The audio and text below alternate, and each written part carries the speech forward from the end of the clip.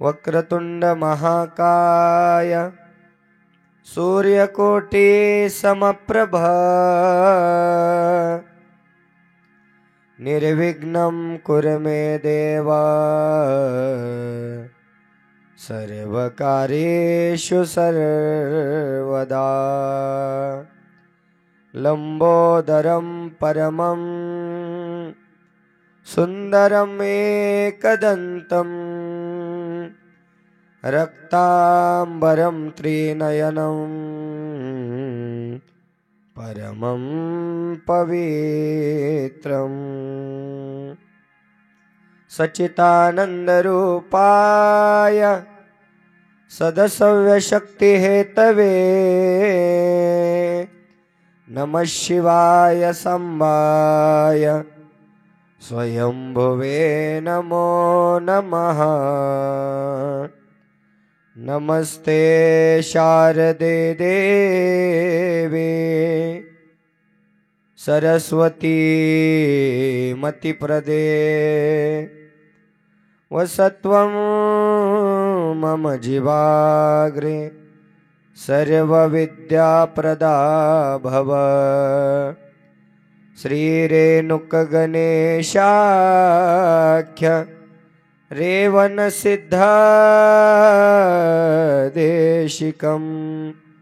वीरशैवमताचार्य तं वन्दे जगद्गुरुं। शिवे भक्ति शिवे भक्ति शिवे भक्तिर्भवे भवे अन्यथा शरणं नास्ति त्वमेव शरणं मम त्वमेव शरणं मम त्वमेव शरणं मम। नमः पार्वतीपतये शिव हर हर महादेव। शिव महापुराण भगवान की जय। कैलाशपति भगवान की जय। ग्राम दैवत भगवान की जय। संगमेश्वर महादेव की जय। श्रीमद् जगद्गुरु पंचाचार्य महाराज की जय। राष्ट्र संत सद्गुरु शिवलिंग शिवाचार्य महाराज की जय।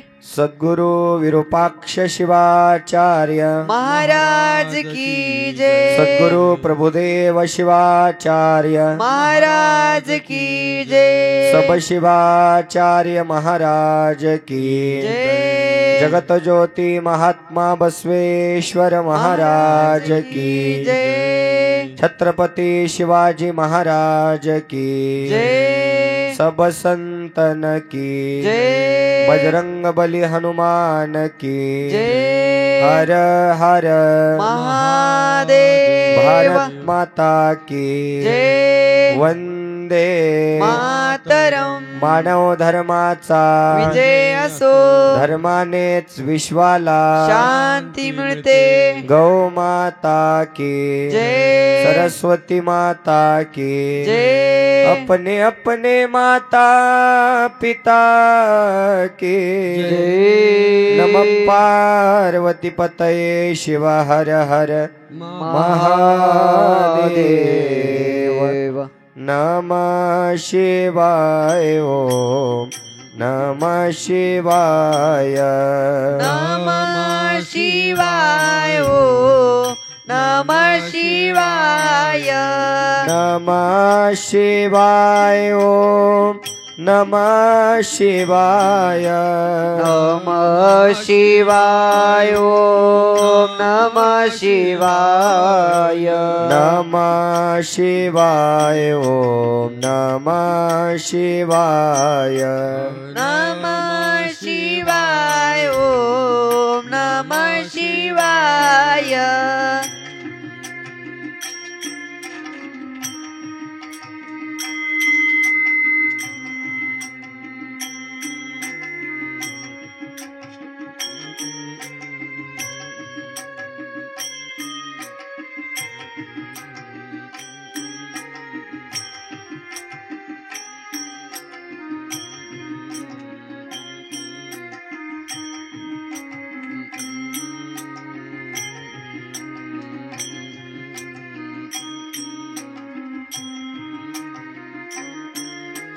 सौराष्ट्र सोमनाथञ्च श्रीशल्यमल्लिकार्जुनम् उज्जयिनीय महाकालेशम् ओंकारं ममलेश्वरम् नमः शिवाय ओम नमः शिवाय नमः शिवाय ओम नमः शिवाय परल्यं वैजनाथञ्च डाकिन्यं भीमशङ्करं सेतुबन्धेतु रामेशं नागेशं दारुकावने नमः शिवाय ओम नमः शिवाय नमः शिवाय ओम नमः शिवाय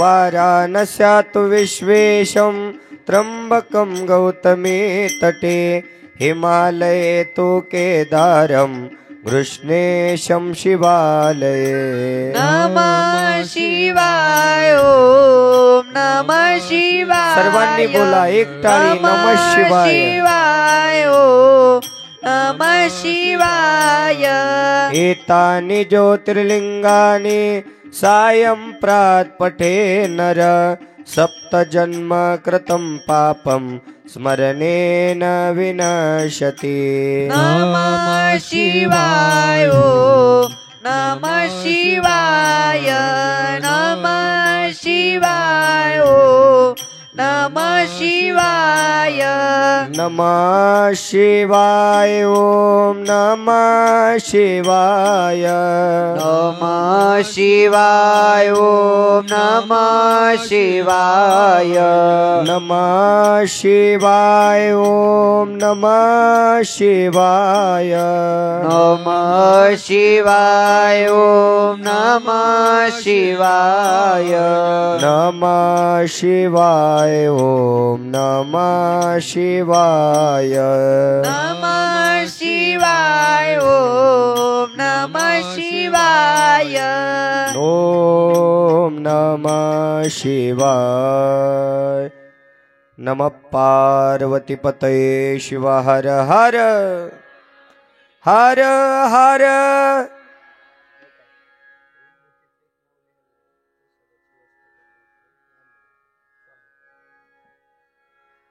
अनंत कोटी ब्रह्मांड नायक शाश्वत वैभवाचा स्वामी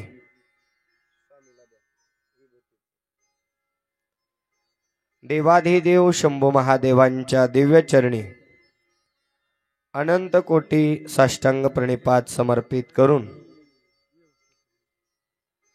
वालवड नगरीचे ग्रामदैवत भगवान शंभू महादेव भगवान श्री संगमेश्वर शंभू महादेव यासह गावातील सर्व देवी देवतांच्या दिव्य चरणी अनंत कोटी साष्टांग प्रणिपात समर्पित करून कुलगुरु शटस्थल ब्रह्मी 108 सद्गुरु डॉक्टर शांतवीरलिंग शिवाचार्य गुरु महाराज हिरेमठ संस्थान औसा जिल्हा लातूर तथा जन्मदाते आई वडील या दोन्ही गुरुवर्यांच्या दिव्य चरणी अनंत कोटी साष्टांग प्रणिपात समर्पित करून श्रीमद जगद्गुरु पंचाचार्य महास्वामीजींच्या दिव्य चरणी अनंत कोटी साष्टांग प्रणिपात समर्पित करून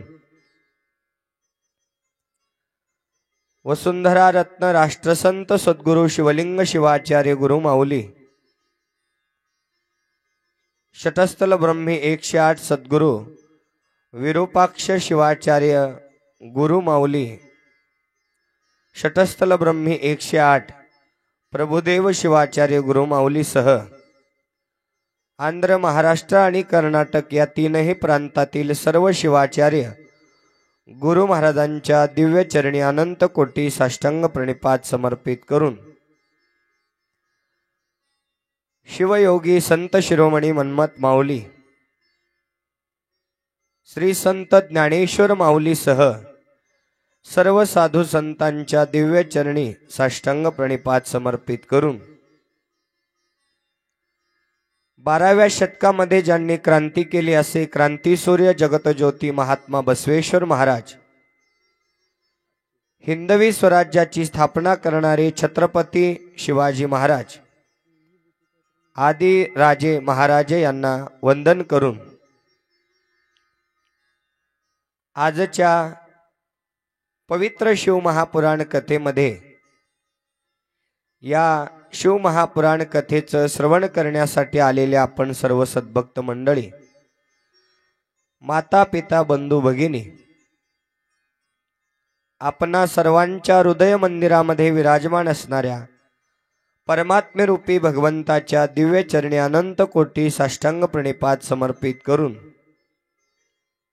आजच्या पहिल्या दिवसीय शिवमहापुराण कथेला प्रारंभ करत असताना चालत असलेला महाशिवरात्री महोत्सव, अखंड शिवनाम सप्ताह, ग्रंथराज परमरहस्य पारायण तथा संगीतमय शिवमहापुराण कथा ज्ञानयज्ञ सोहळा, शिवक्षेत्र, तीर्थक्षेत्र, पुण्यक्षेत्र, संगमेश्वर मंदिर, वालवड, तालुका भूम, जिल्हा धाराशिव, वर्ष 11वे, दिवस पहिला।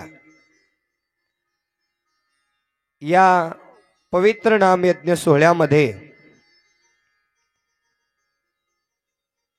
गेल्या 10व्या वर्षापासून कुमार सागर महाराजांना या शिवमहापुराण कथेची सेवा करण्याची संधी देऊन महाशिवरात्रीच्या पर्व काळामध्ये देवादिदेव शंभू महादेवांचं महान असं वाङ्मय महाशिवरात्रीच्या पर्व काळावरती या शिवमहापुराण कथेचं आयोजन करून आपणा सर्व सद्भक्तांना भगवान शिव परमात्म्यांचा आशीर्वाद प्राप्त करून देत असलेले, जीवनामध्ये या शिवमहापुराण कथेच्या माध्यमातून सुखाची प्राप्ती करून देत असलेले आपल्या गावचं भूषण, शिवभक्त परायण, माहेश्वर मूर्ती, मार्गदर्शक, ज्यांचं नावच मन्मथ आहे, ज्यांनी मनाचं मंथन करून या शिवसंप्रदायामध्ये आंध्र, महाराष्ट्र आणि कर्नाटक या तीनही प्रांतामध्ये जिथे जिथे शिवभक्तीचा विचार केला जातो त्या त्या ठिकाणी आपली निस्वार्थ सेवा देऊन बीड पोलीस असताना देखील जनसेवा, धर्मसेवा, समाजसेवा, आई वडिलांची सेवा, शिवभक्तांची सेवा, परमार्थिक सेवा ज्यांनी आपल्या जीवनामध्ये प्राप्त करून घेतलेले आहेत असे शिवभक्त परायण माहेश्वर मूर्ती, वेदमूर्ती, मन्मथ स्वामी महाराज वालवडकर, स्वामी महाराजांना 1 रुपयापासून हजारो रुपयापर्यंत देणगी दान देऊन या शिवमहापुराण कथेच्या माध्यमातून शिवकृपेचा आशीर्वाद प्राप्त करून घेत असलेले सर्व सद्भक्त मंडळी, त्याचबरोबर या शिवमहापुराण कथेसाठी सर्व समस्त गावकरी मंडळी तथा नवतरुण युवक मंडळी यांनी सुद्धा या ठिकाणी मोलाचं योगदान या ठिकाणी दिलेलं आहे। सर्व ग्रामस्थ, तरुण युवक, सर्व गावातील सद्भक्तांच्या माध्यमातून चालत असलेला अखंड शिवनाम सप्ताह, या सप्ताहाचे एक विशेष वैशिष्ट्य म्हणजे या शिवमहापुराण कथेमध्ये गेल्या अनेक वर्षापासून आमच्या आई साहेब शिवभक्त परायण सौभाग्यवती सुनंदाताई मन्मथप्पा वालवडकर यांचं या ठिकाणी 7 दिवस या पवित्र नामयज्ञ सोहळ्यामध्ये महाशिवरात्रीच्या पर्व काळावर जप तप मौन धारणा अनुष्ठान असतं। गेल्या अनेक वर्षापासून या पवित्र महाशिवरात्रीच्या पर्व काळामध्ये आपल्या सुनंदाताईंनी या ठिकाणी या जप तपाचं या ठिकाणी आयोजन केलेलं आहे। तर हे जप तप कशासाठी करायचं, अनुष्ठान कशासाठी करायचं, तर काही जणांना प्रश्न असतो अनुष्ठान करण्यामागचं कारण काय, मौन धारणा करण्यामागचं कारण काय, जप तप करण्यामागचं कारण काय। अनेक ऋषी मुनींनी हजारो वर्ष हिमालयामध्ये तपश्चर्या केली, आमच्या आई साहेबांनी वालवडमध्ये तपश्चर्या केली। मग या तपश्चर्याचं कारण काय, तर आमच्या आई साहेबांच्या जीवाला सुख लागावं म्हणून नाही, आई साहेबांच्या संसाराला सुख लागावं म्हणून नाही, आई साहेबांचा संसार अगदी उच्च प्रगतीपथावर जावा यासाठी जप तप अनुष्ठान नसतं। शिवमहापुराण सांगता आहे, जगाच्या कल्याणा संतांच्या विभूती, देह कष्टभीती परोपकारी। जगाच्या कल्याणासाठी संत झिजतात। संत तपश्चर्या करण्याच्या मागचं कारण होतं या जगाला समाधान लागावं, या जगाला सुखाची प्राप्ती व्हावी, यासाठी संतांनी जप तप साधना जीवनामध्ये केलेली आहे। तर आई साहेबांनी हे जो अनुष्ठान सुरू केलेलं आहे तर त्यांच्या जीवनामध्ये सुखाची प्राप्ती व्हावी यासाठी कदापि नाही, तर वालवडसह अखंड मानव जातीला विश्व शांतीला प्राप्त करून देण्यासाठी, या अखंड मानव जातीला सुखाची प्राप्ती व्हावी यासाठी त्यांनी केलेलं हे अनुष्ठान आहे बरं का। स्वतःसाठी अनुष्ठान कधीच नसतं, हे मी नाही सांगत, शिवमहापुराण सांगतं। आणि एकीकडे अनुष्ठान हे आपल्याला प्राप्त होत आहे, एकीकडे आशीर्वाद हे आपल्याला प्राप्त होतोय, एकीकडे महाशिवरात्रीचा पर्वकाळ हे आपल्याला प्राप्त होतोय, आणि एकीकडे आपलं या वर्षीचं खूप मोठं भाग्य आहे, 11व्या वर्षी दर 144 वर्षानंतर येणारा महाकुंभमेळा पर्वकाळ, गंगा यमुना सरस्वती या त्रिवेणी संगमाचं स्नान आपल्याला वालमडमध्ये होणार आहे। याच्यापेक्षा अजून मोठं काय भाग्य पाहिजे। आपल्याला प्रयागराजला जाता येत नाही, आता काशीला जाता येत नाही, आणि जाऊही नका, चेंगराचेंगरी सुरू आहे, जाऊही नका। याच वालवडमध्ये संगमेश्वराच्या दरबारामध्ये आपल्याला प्रयागराज करायचं आहे 7 दिवस, आणि याच 7 दिवसाच्या शिवमहापुराण कथेमधून गंगा यमुना आणि सरस्वती या त्रिवेणी संगमाचं स्नान शिवकथा ऐकून आपल्याला प्राप्त करून द्यायचं आहे। आणि म्हणून त्याच अनुषंगानं आपले मन्मथ स्वामी महाराज सुनंदाई यांनी या ठिकाणी या शिवमहापुराण कथेसाठी मला योग्य समजलं आणि ही सेवा करण्याची संधी दिली, त्याबद्दल त्यांचे शतशः ऋण आभार व्यक्त करतो। त्या दोघांच्याही दिव्य चरणी अनंत अनंत अनंत कोटी साष्टांग प्रणिपात समर्पित करतो आहे। त्याचबरोबर या पवित्र नामयज्ञ सोहळ्यामध्ये या पहिल्या दिवसीय शिवमहापुराण कथेमध्ये ग्रंथपूजन केलेले शिवभक्त परायण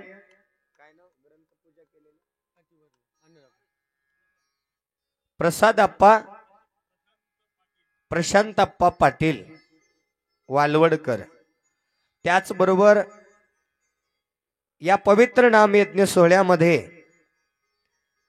या मंदिर प्रांगणामध्ये चटई अंथरणाऱ्यापासून उचलणाऱ्यापर्यंत, झाडून काढणाऱ्यापासून स्वच्छता देणारे सर्व सद्भक्त मंडळी या पहिल्या दिवसीय पर्व काळामध्ये अन्नदानाची सेवा देत असलेले शिवभक्त परायण पोपट विश्वनाथ पाटील परिवार तथा शिवभक्त परायण तानाजी प्रल्हाद देवळकर परिवार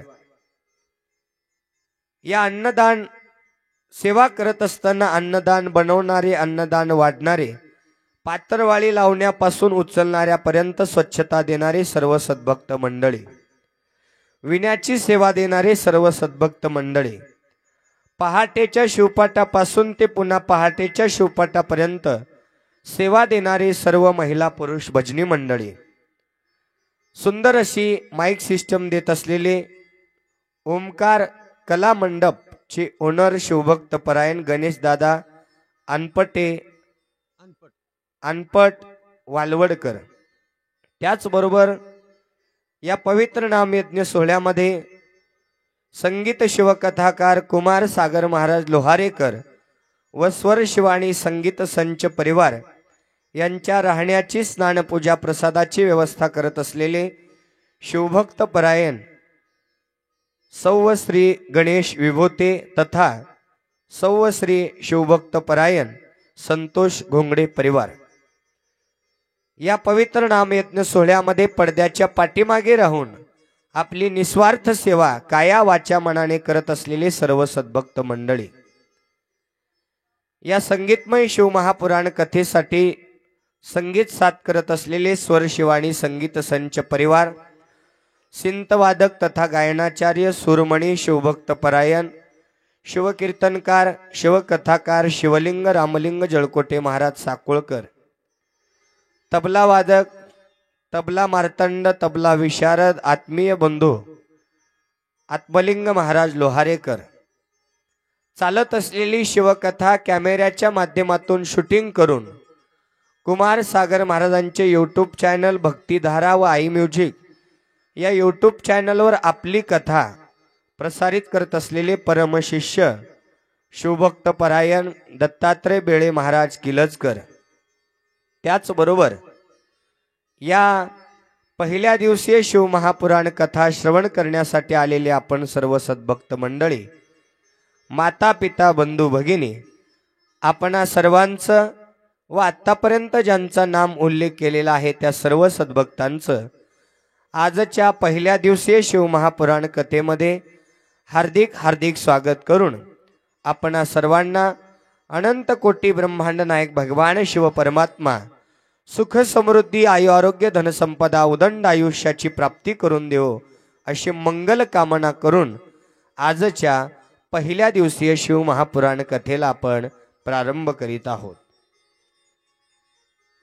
गत वर्षी आपण या शिवमहापुराण कथा श्रवण करत असताना शिवमहापुराणाचा परिचय तथा सतीखंड ऐकलेला आहे.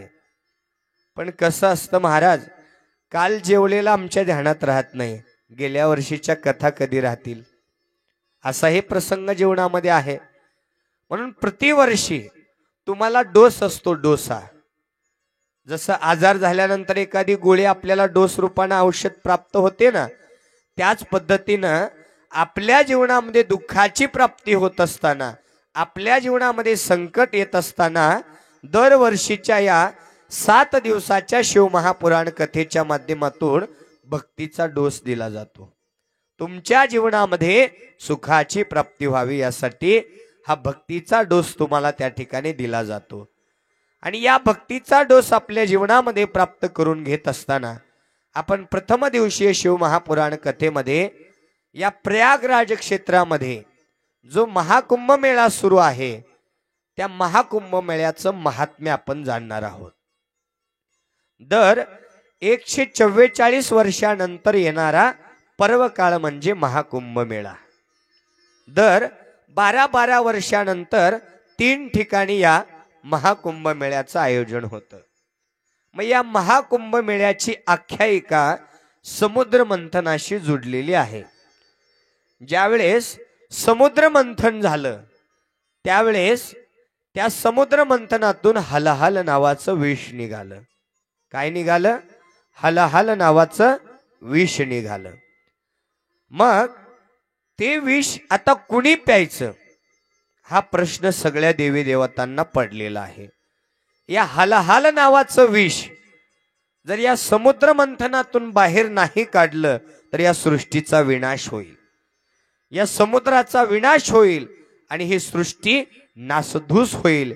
या विचारात सगळे देवी देवता, देव दानव गंधर्व किन्नर्व ऐक नाही सर्वजण त्या ठिकाणी विचारात पडले. विचारात पडलेले असताना त्यांना एक मार्ग दिसला, तो म्हणजे देवादिदेव शंभू महादेव. सगळ्या देवी देवतांनी मिळून माझ्या महादेवाचा धावा केला. महादेवा, आता तुम्हीच आमचे मायबाप आहात आणि या समुद्र मंथनातून निघालेलं हलहाल नावाचं विष तुम्हीच प्राशन करा. हे की नाही? माझ्या महादेवानं या जगाच्या कल्याणासाठी त्या समुद्र मंथनातून निघालेलं हलहाल नावाचं विष प्राशन केलं आणि कंठामध्ये धारण केलं. त्यावेळेस माझ्या महादेवाचा कंठ निळा झाला, निळा.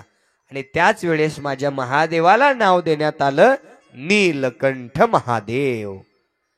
ज्याचा कंठ निळा त्याला नीलकंठ म्हणून महान अशी पदवी प्राप्त झाली.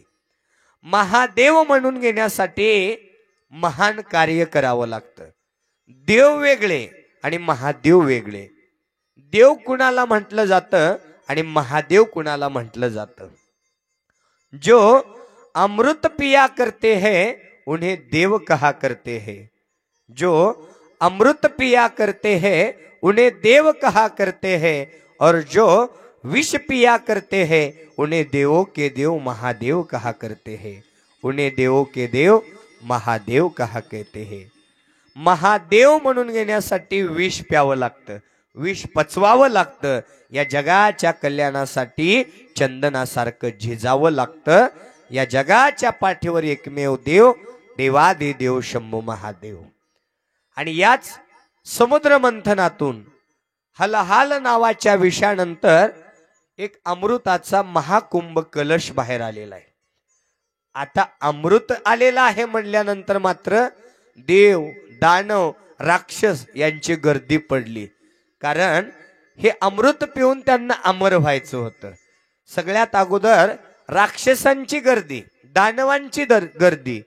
आणि त्या गर्दीमध्ये जर देवी देवतांना वाटलं जर तर या राक्षसांनी, या दानवांनी हे अमृत पिलं, ते अमर झाले, तर ते स्वर्गावर विजय प्राप्त करून या देवांचा त्या ठिकाणी नायनाट संपवतील, या देवांना त्या ठिकाणी संपवून टाकतील, या सृष्टीचा विनाश करतील, ही सृष्टी संपवून टाकतील आणि आपलं अधिराज्य वाईट मार्गाने वाटचाल करून आपलं अधिराज्य गाजवतील. ही भीती देवांना वाटू लागली आणि त्यावेळेस देवांनी योजना केली आणि ते काम गरुडाकडे सोपवण्यात आलं. गरुडाला सांगण्यात आलं, तुम्ही हा अमृताचा महाकुंभ कलश आकाश मार्गाने डायरेक्ट स्वर्गामध्ये पोहोचवा. गरुडानं देवांच्या विनंतीला मान देऊन तो अमृताचा कलश आपल्या चोचीमध्ये धरला आणि कुठे निघाले? स्वर्गामध्ये निघाले. जात असताना त्या अमृताच्या कलशामधून, त्या महाकुंभामधून 3 अमृताचे थेंब भूमीवरती पडले आणि त्या 3 भूमींचं पवित्र त्या ठिकाणी दर 12-12 वर्षाला त्या प्रत्येक भूमीमध्ये या कुंभमेळ्याचं आयोजन केलं जातं. पहिली भूमी आहे प्रयागराज, गंगा यमुना सरस्वती. दुसरी भूमी आहे उज्जैनी महाकालेश्वर आणि तिसरी भूमी आहे नाशिक त्र्यंबकेश्वर. या 3 ठिकाणी त्या अमृतामधून अमृताचे बिंदू पडले आणि त्या ठिकाणी दर 144 वर्षानंतर दर 12 वर्षाला कुंभमेळ्याचं आयोजन केलं जातं आणि महाकुंभमेळा फक्त प्रयागराजला होतो. आता तो पर्वकाळ सुरू आहे. मग आपल्याला प्रयागराजला तर जाता येणार नाही, आपली परिस्थिती नाही, आपण तिथपर्यंत पोहोचू शकत नाही.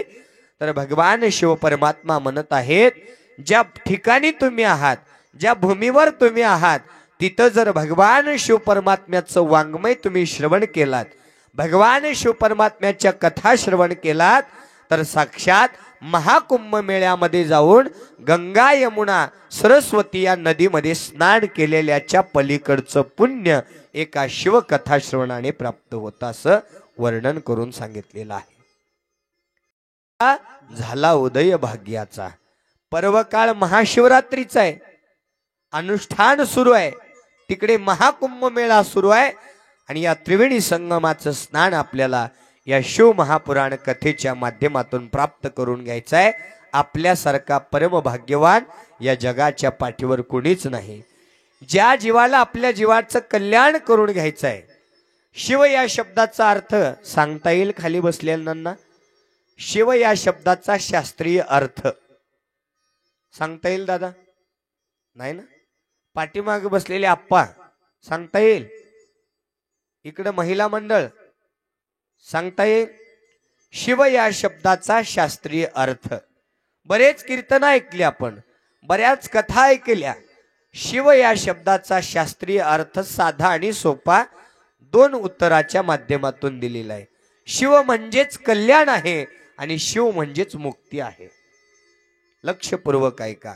आपुले कल्याण व्हावे ज्यांचे चित्ती, त्याने शिवाप्रती शरण जावे. लक्ष्मण म्हणे घ्या हो, जन्म मृत्यू चुकवा हो.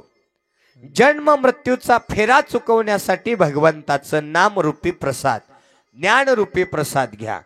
आणि आपल्या जीवाचं कल्याण करण्यासाठी आपुले कल्याण व्हावे ज्यांचे चित्ती, त्याने शिवाप्रती शरण जावे. त्या भगवान शिव परमात्म्याला शरण जाऊन कल्याणही करून घेता येतं आणि शेवटी मुक्तीचा अधिकारही प्राप्त करून घेता येतं. फक्त आपल्याला आता या जन्माला आल्यानंतर काय मागावं हे कळालं पाहिजे. संतांनी जन्म घेतल्यानंतर देवाकडे मुक्ती मागितली नाही. माझ्या संत मन्मथ माऊलींनी देवाकडे मुक्ती नाही मागितली. काय मागितलं पहा. गुरु आणि लिंग जंगमाची सेवा, देई मज देवा जन्मोजन्मी. मन्मथ माऊलींना तर देवांची भेट झाली होती. मन्मथ माऊलींना मुक्ती मागता आल्या असती ना, पण मुक्ती नाही मागितली. मुक्तीच्या अगोदर मुक्ती प्राप्त होण्यासाठी जो काही साधन सांगितलेलं आहे त्या साधनाच्या पाठीमागे आपण लागलं पाहिजे. आणि ते साधन माझ्या मन्मथ माऊलीला माहित होतं. मुक्ती प्राप्त करून घेण्यासाठी पहिलं साधन निवडावं लागेल गुरु लिंग जंगम, देई मज देवा जन्मोजन्मी. या तिघांची जर सेवा निस्वार्थ मनाने, काया वाचा आणि मनाने जर मी केली ना, तर नक्कीच मुक्ती मिळणार आहे. संतांनी जे देवाकडे मागितलं ते खूप विचारपूर्वक मागितलं. पण आपण सुद्धा देवाकडे मागत असताना मुक्ती मागायची नाही. गुरु आणि लिंग जंगमाची सेवा, देई मज देवा जन्मोजन्मी, हेच मागणं आपलं देवाकडे राहावं. ज्या दिवशी तुम्ही गुरुची सेवा कराल, लिंगाची सेवा कराल, जंगमाची सेवा कराल, त्यावेळेस ऑटोमॅटिकच मुक्ती मिळेल ना. मागायची काय गरज आहे? ऑटोमॅटिक मिळून जाईल. मी नेहमी सांगत असतो, तुम्ही पैशाच्या मागे लागण्यापेक्षा, लक्ष्मीच्या मागे लागण्यापेक्षा सरस्वतीची पूजा करावी. लक्षपूर्वक ऐका. तुम्ही जर तुमची सरस्वती हे साऊंड सिस्टम आहे, या साऊंड सिस्टमला जर तुम्ही सरस्वती समजून तिची पूजा केलात तर लक्ष्मी तुमच्या मागे धावत येईल. आणि जर तुम्ही डायरेक्ट लक्ष्मीची पूजा केलात तर आपल्यावर सरस्वतीचीही कृपा होणार नाही आणि लक्ष्मीचीही कृपा होणार नाही. प्रत्येकांना हवा आहे, प्रत्येकांना देव हवा आहे, पण देव प्राप्त करण्यासाठीची जी विधी आहे, देव प्राप्त करून घेण्यासाठी जी काही आपल्याला घालून दिलेली परंपरा आहे ती मात्र नको आहे. साधं सोपं सांगतो. प्रत्येकाला आई वडिलांची संपत्ती हवी आहे, पण आई वडील मात्र नको आहेत. साधं सांगतो, साधं. तसंच सगळ्यांना देव हवाय, पण तो देव प्राप्त करण्यासाठी चंदनासारखं झिजावं लागतं. माझ्या सुनंदाई सारखं जप तप अनुष्ठान करावं लागतं, तेव्हा देव दिसतो, हलतो, बोलतो, स्वतःही हलतो, तुम्हालाही हलवतो. आणि म्हणूनच हे मंदिर उभा राहिलं आहे की नाही. जाग केलं देवाने. तुम्ही देवासाठी जागा असाल तर देव तुमच्यासाठी जागा असणार आहे की नाही. धर्मो रक्षती रक्षताः. आपण धर्माचं पालन केलं तर धर्म आपलं पालन करतो. आपण देवाची भक्ती केली, देव आपली त्या ठिकाणी संकटातून मुक्तता करतो. होवनी या वेळा भोवता भोवता, करी न सांगता काज त्याची. सांगायची गरज नाही त्याला. मग आता या पहिल्या दिवसीय शिव महापुराण कथेमध्ये आपल्याला फक्त या कथा श्रवणाचा आचारविधी, व्रत, नियमावली आणि या कथेचा परिचय करून घ्यायचा आहे. पण उद्यापासून मात्र वेळेवर बरोबर 1 वाजता कथेला सुरुवात होईल. बरोबर आहे ना? जागे आहेत का बघतो बरं का कधी मधी मी. बरोबर ब्रह्ममुहूर्तावर 1 वाजता चालू करू. बरोबर आहे ना? किती वाजता मग? टायमिंग किती आहे पत्रिकेवर? 9 ते 11. बरोबर 8 वाजता तुम्ही सगळ्यांनी इथं उद्याला यायचं. थोडा वेळ काढायचा. गंगा यमुना सरस्वती नदीमध्ये स्नान करायचंय ना. उद्यापासून एक एक नदीमध्ये तुम्हाला आंघोळ घालून पुढे येणार आहे. आणि शेवटी 7व्या दिवशी प्रयागराज काशी विश्वनाथ संगमेश्वराच्या रूपाने आपल्याला दर्शन देऊन जाणार आहे. त्यासाठी फक्त आपण उद्याला 1 वाजता या. बरोबर का? किती वाजता? 8 वाजता. 8च वाजता का टायमिंग ठेवला माहितीये का नाही? 8 या शब्दाची खूप मोठी आख्यायिका आहे. वीरशैव लिंगायत धर्मामध्ये 8 दिवसाचा सप्ताह असतो. स्वामी महाराजांनी 9चा टाइम ठेवला, विचारपूर्वक ठेवलाय. 8 वाजता तुम्ही या ठिकाणी यावं. 8 या क्रमांकाचं विशिष्ट महात्म्य आहे. 8वा दिवस कशासाठी माहितीये का नाही? महाराजांकडे पोलिसांचं बजेट जास्त झालंय म्हणून नाही, पैसा जास्त झालाय म्हणून नाही. 8वा दिवस कशासाठी? 7 दिवस केलेलं हे नामस्मरण 2026चा सप्ताह येईपर्यंत 8वा याच्यासाठी 8वा दिवस. 9च्या अगोदर 8 टायमिंग कशासाठी दिला? शिवकथेचा टाइम झालेला आहे 8वा. वाजले 8वा, वाजले 8, 8वा. याच्यासाठी 8 टायमिंग दिलेला आहे की नाही? महाराज सुद्धा साक्षात मन्मथाचा अवतार आहेत. उगीच टाइम ठेवत नाहीत. ते ठेवत असताना त्यांनी विचारपूर्वक टायमिंग ठेवलेला आहे. म्हणून बरोबर 8 वाजता उपस्थित राहा, जेणेकरून आपल्याला बरोबर 3 तासाचा वेळ पुरेल. 3 तासामध्ये आपल्याला कथा आरती करून घराकडे जायचं आहे की नाही? 2 पावणे 2 तासाची त्या ठिकाणी कथा होईल, आरती होईल. तुम्हाला हे घरी जाऊन आराम करता येईल. 12च्या आतमध्ये सगळं आपलं आरती करून बाजूला झालं पाहिजे. या शिव महापुराण कथेचा परिचय देत असताना ज्यावेळेस सृष्टी निर्मितीचा काळ सुरू होता, त्यावेळेस ना सूर्य होती, ना चंद्र होता, ना पंचमहाभूत होते. सर्वत्र अंधार पसरलेला होता.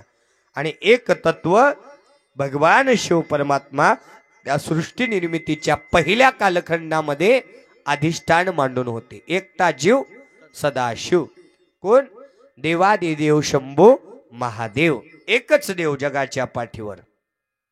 मग भगवान शिवा हजारो वर्ष तपश्चर्या करीत असताना भगवान शिव परमात्म्यांच्या मनामध्ये विचार आला की आपण या सृष्टीची निर्मिती करावी का? त्यासाठी महादेवांनी आपण आपल्या शरीरातून अनेक रूप धारण करावं हा विचार केला आणि आपल्या अर्ध्या शरीरातून माता जगत जननी जगदंबा मातेचा जन्म घातला. बोलो जगदंबा माता की. नमः पार्वती पतये शिव हर हर महादेव. जगदंबा मातेचा अवतार त्या ठिकाणी झाला. आणि जगदंबा मातेला भगवान शिव परमात्म्यांनी प्रश्न केला, देवी मला या सृष्टीची निर्मिती करायची आहे, त्यासाठी तुम्ही उपाय सुचवा. शिवाविना शक्ती अधुरी आहे, शक्ती विना शिव अधुरा आहे.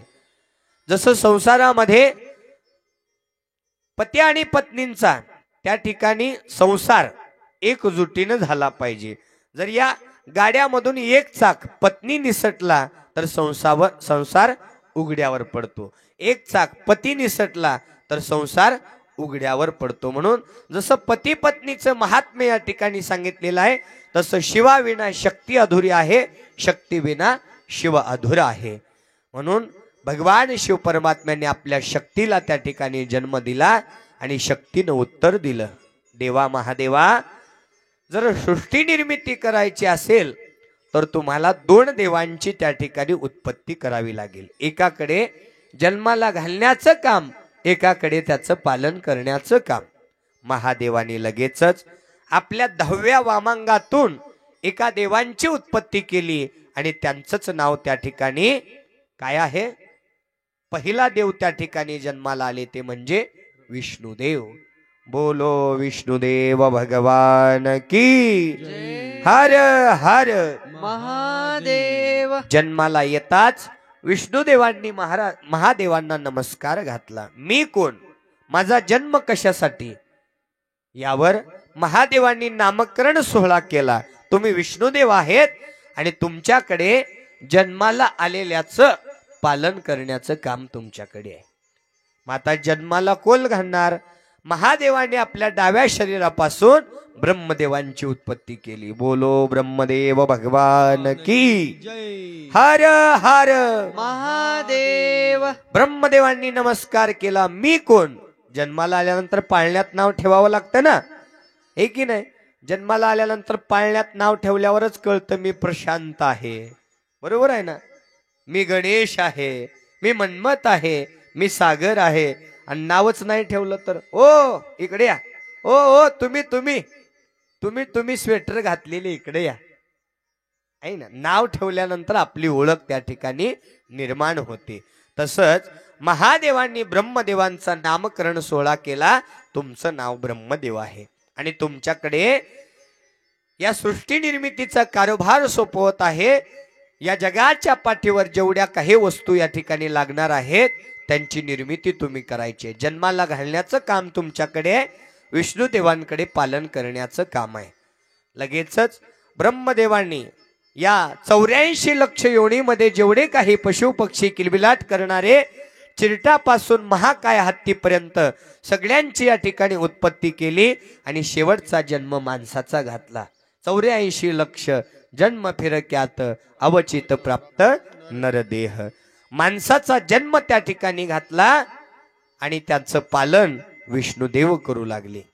आणि याच अनुषंगानं या सृष्टी निर्मितीमध्ये भगवान शिव परमात्म्यांनी आपला प्रिय असणारा नंदी, भगवान शिवाच्या जवळ राहणारा नंदी आहे, भगवान शिवाला वरदान मागून घेऊन भगवान शिवाचं वाहन होऊन नंदीनं कार्य केलेलं आहे. आणि याच नंदीला या जगाच्या पाठीवर पहिल्यांदा भगवान शिवानी या कथा सांगायला सुरुवात केलेली आहे, हे की नाही? या शिवकथा ज्यांनी ज्यांनी ऐकल्या, शिवकथा कशासाठी ऐकायच्या? ज्यांच्या घालवायच्या आहेत जीवनातील व्यथा त्यांनी ऐकायच्या आहेत शिवकथा. आणि मग या जगाच्या कल्याणासाठी भगवान शिव परमात्म्यांनी या सृष्टी निर्मितीचा त्या ठिकाणी कारभार स्वीकारला, सृष्टी निर्मिती केली. आणि या सृष्टी निर्मितीच्या नंतर या मानवाच्या कल्याणासाठी हा शिव महापुराण ग्रंथ आपल्या समोर ठेवला.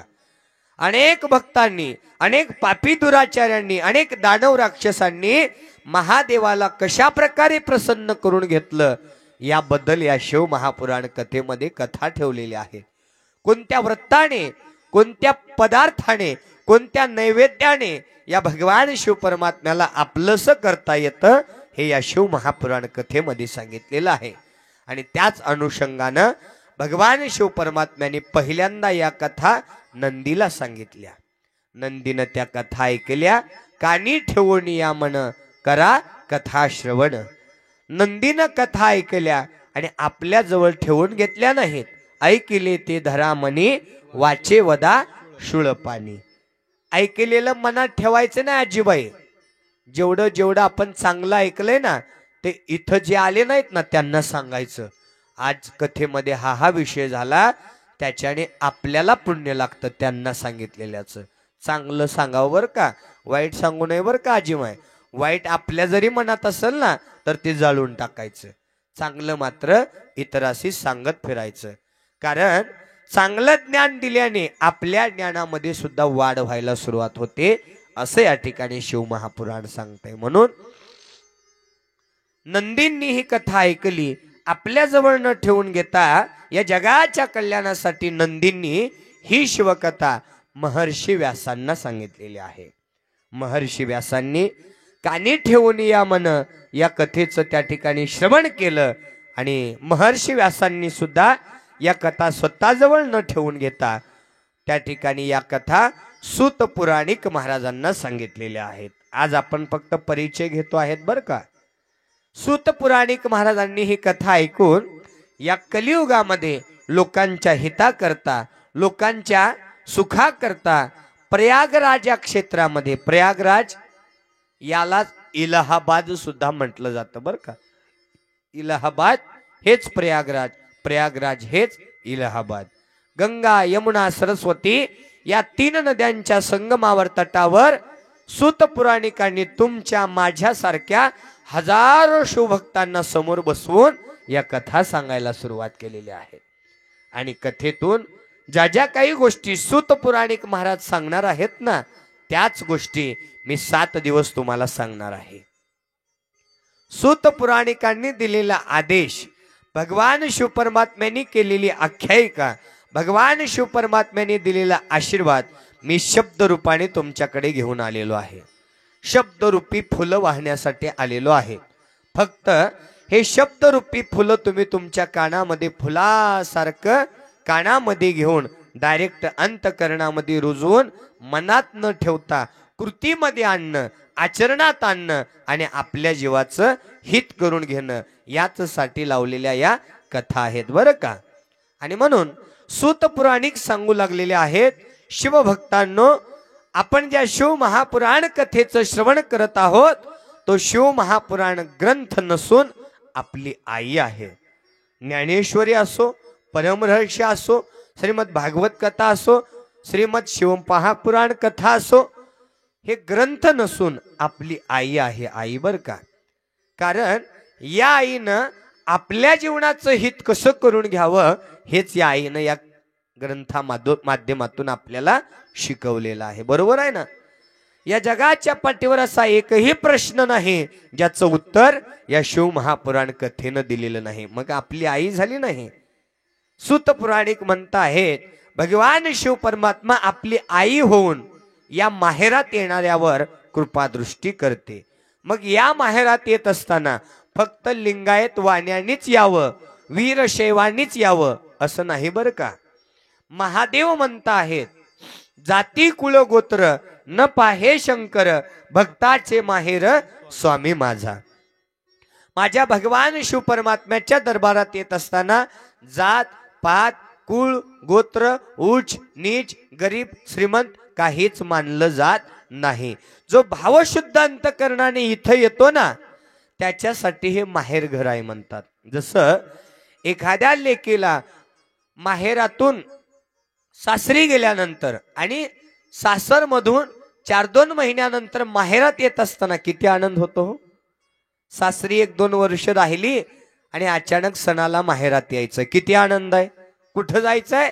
माहेरला जायचंय. कुठं जायचंय? माहेरला जायचंय. आणि माहेरात आल्यानंतर सकाळी 10-11 वाजेपर्यंत उठायचंच नाही, निवांत. कारण ही माय माऊली कुठं आहे? माहेरात आहे. माहेरात आहे की नाही. सासरी हे चालत नाही. माहेरात आई असते. आई मया करायला, जेवू घालायला, निवांत उशिरापर्यंत झोपू द्यायला कोण असते? आपली आई असते. जसं माहेरामध्ये आल्यानंतर नो टेन्शन कामाचं असतं, आपली आई सगळं आपलं त्या ठिकाणी आवरते ना, तसं हे शिवभक्तांचं माहेरघर आहे म्हणतात बरं का. भक्ताचे माहेर आहे, भक्ताचे माहेर स्वामी माझा. हे शिवानुभव मंडप म्हणजे भक्ताचं माहेर आहे बरं का. आणि मग या माहेरात आलं की नाही, आईसारखी माया कोण करतो? तर तो देवादी देव शंभू महादेव, भगवान संगमेश्वर महादेव आपल्यावरती त्या ठिकाणी आईसारखी माया करतो. नो टेन्शन, सगळं संकट महादेव आपलंसं करून घेतो आणि तुम्हाला सुखाची प्राप्ती करून घेतो. फक्त आपला शुद्ध भाव असला पाहिजे. असे शुद्ध भाव ज्याचा देव अंकित तयाचा. ज्याचा भाव शुद्ध आहे देव त्याच्या अंकित त्याच्या जवळ राहतो असं संतही म्हणत आहेत. म्हणून सूत पुराणिक महाराज म्हणत आहेत, ही शिव महापुराण कथा ऐकणं म्हणजे आईची माया आहे. आईची माया आपण ऐकत आहोत. या शिवरूपी आईनं या भक्तावर कशा प्रकारे माया केली, कशा प्रकारे उन्हामध्ये सावली धरली, कशा प्रकारे दुःखामध्ये सुखाचं रूपांतर करून दिलं, कशामध्ये संकटामध्ये तारलं, ही आई या ठिकाणी आपल्याला सांगू लागलेली आहे. असं सूत पुराणिक त्या प्रयागराजमध्ये सांगू लागलेले आहेत. पुढे म्हणता आहेत, ज्या भूमीवर ही कथा गायली जाते ती भूमी राहत नसून ते साक्षात कैलास पर्वत बनतं. म्हणजे आता ही वालवड नगरी वालवड राहिली नाही, तर साक्षात कैलास पर्वत आहे. ही भूमी नसून आई आहे. आई आहे. ज्यावेळेस तुम्ही या काळ्या धरणी आईची बियाणं रूपानं ओटी भरता, किती बी पेरता तुम्ही? एखादं बी पेरता, पण तुम्हाला देत असताना ती आई किती देते? त्या बियाला लागून 100 धाट त्या ठिकाणी परत करून देते, आहे की नाही? एक बी पेरल्यानंतर, एका काळ्या धरणी आईची ओटी भरल्यानंतर आपल्याला इच्छित पोट भरून उरेल, सुखाची प्राप्ती होईल, आपला संसार पुढे जाईल, एवढी ही धरणी आई देते ना. तर ही धरणी आई आहे आणि आता तर ही साक्षात कैलास पर्वत झालेला आहे म्हणतात. सूत पुराणिक महाराज पुढे म्हणता आहेत, या कैलास पर्वतामध्ये जे भक्त कथा ऐकतात ते मानव राहत नसून साक्षात शिवगण होतात म्हणतात. म्हणजे आज तुम्ही शिवगण झाला आहात, भगवान शिवाचे लेकर झाला आहात. या भूमीमध्ये कथा ऐकत असताना तुम्हाला कसलंच आजार येणार नाही, दुःख येणार नाही, संकट येणार नाही, तुमच्या जवळ यम सुद्धा येणार नाही. 7 दिवस बरं का, 7 दिवस तुमची गॅरंटी माझ्याकडे आहे. तुम्हाला मरण येणार नाही, कसलाही रोग येणार नाही. 8व्या दिवशी फोन करू नका म्हणजे झालं. फक्त 7 दिवसापुरतं बोलतोय, कारण जे भक्त भगवान शिवाची कथा ऐकतात त्यांच्यासाठी प्रमाण देऊन सांगितलेलं आहे, पाहोनी ऐशा शिवभक्ताला यमही थरथरला. ओम नमः शिवाय भवतरुण उपाय सुलभ उपाय तारक मंत्र श्री गुरुचा. हा पंचाक्षरी महामंत्र किती श्रेष्ठ आहे पहा. जसा 33 कोटी देवामध्ये महादेव श्रेष्ठ, तसा 7 कोटी मंत्रामध्ये पंचाक्षरी महामंत्र श्रेष्ठ आहे म्हणतात. आणि ते पंचाक्षरी महामंत्र या 7 दिवसाच्या माध्यमातून आपल्याला या शिव महापुराण कथेच्या माध्यमातून गजर रूपाने आपल्या मुखातून आपल्याला वदायचं आहे. आणि जे भक्त भगवान शिवाची कथा ऐकतात त्यांच्याजवळ यम सुद्धा येत नाही, असं या ठिकाणी शिव महापुराण सांगतं. सूत पुराणिक महाराज पुढे बोलू लागलेले आहेत, भगवान शिव परमात्म्यांचं सौभाग्य आहे शिव महापुराण ग्रंथ, त्यांचं वाङ्मय आहे. जर आपल्याला प्रश्न केला तुमचं सौभाग्य काय, तर तुम्ही सांगाल लेकर बाळ, सोनं नाणं, नकलीस पाटल्या, हे आमचं सौभाग्य.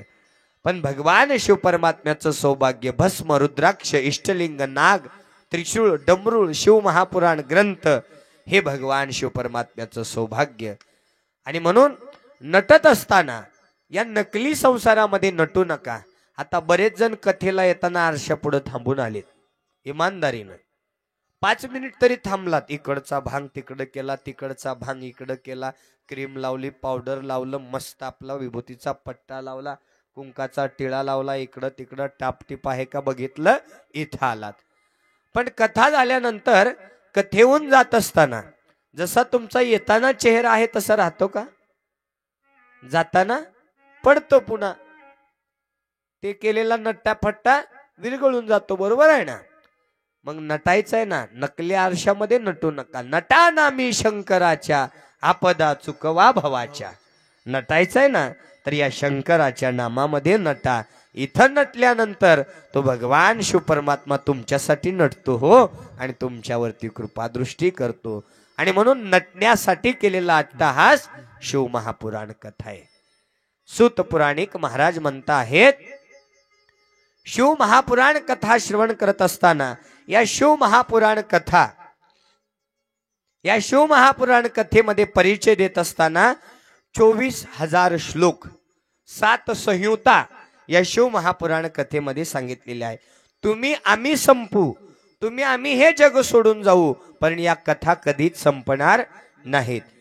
मन्मथ महाराज काही जणांनी प्रश्न केला, काही कीर्तनकार, काही कथाकार, काही प्रवचनकारांचा प्रश्न होता उत्तर रूपानं सुनंदाई.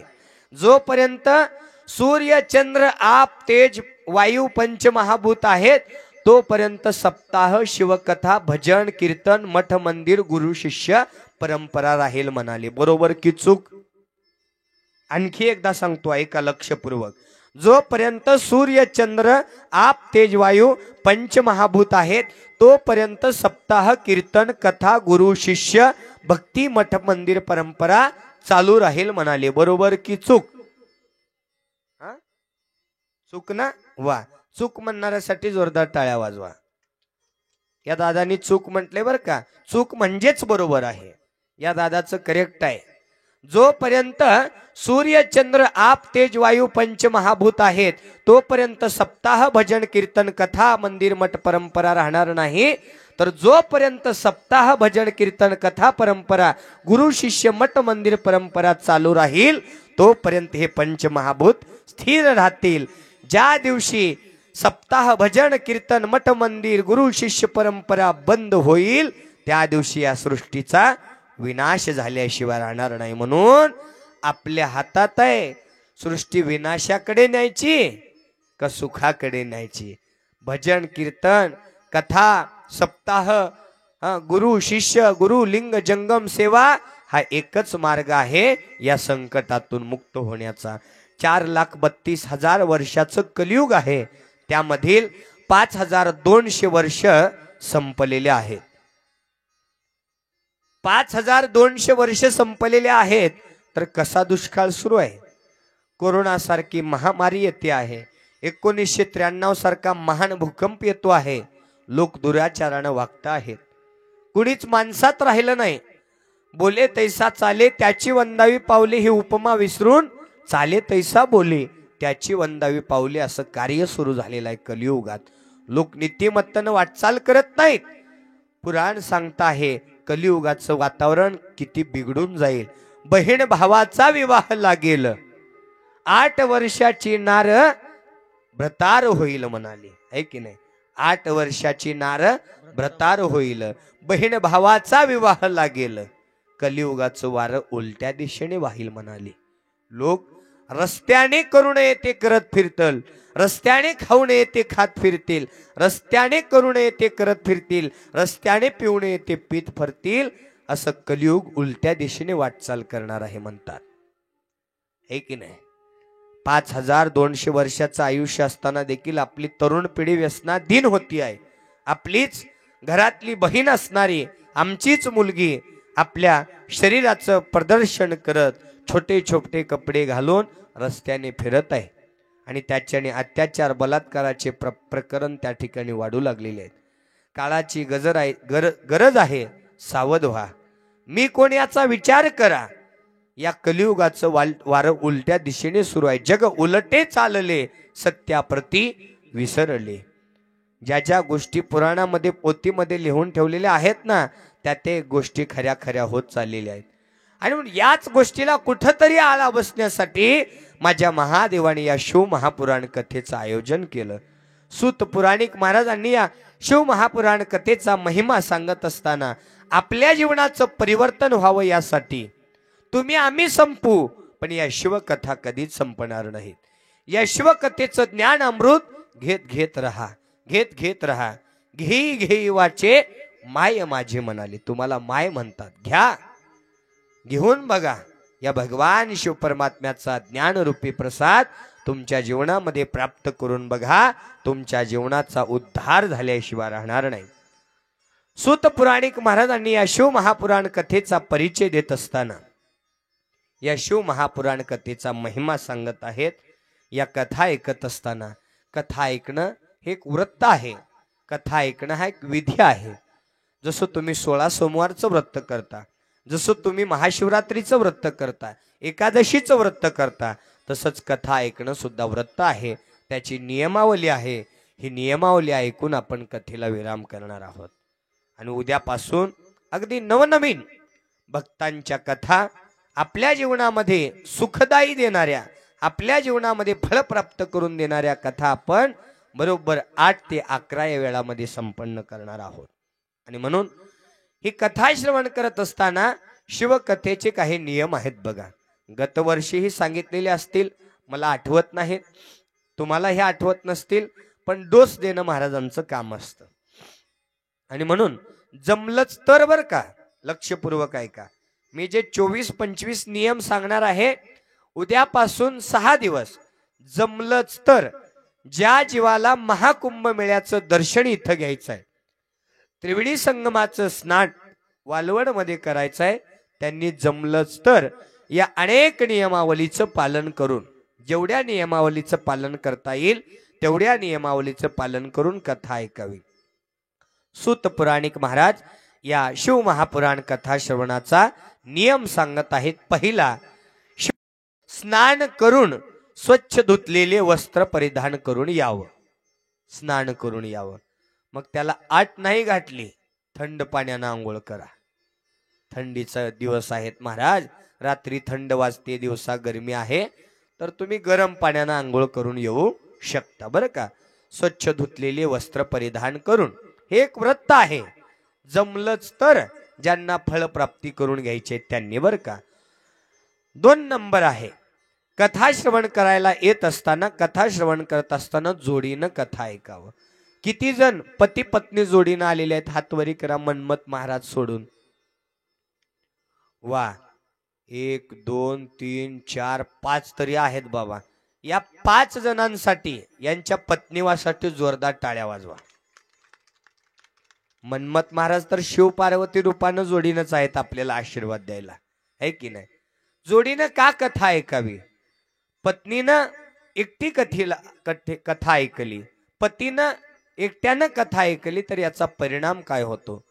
पत्नी कथेला एकटी आली, कथेमध्ये महाराज काहीतरी उपाय सांगतात, काहीतरी आचारविधी सांगतात, आणि पत्नी जाऊन त्यांना सांगायला जाते, अहो ऐकता का, महाराजांनी आज कथेमध्ये हा विषय सांगितलेला आहे आणि आपण असा असा उपाय केला पाहिजे बरं का.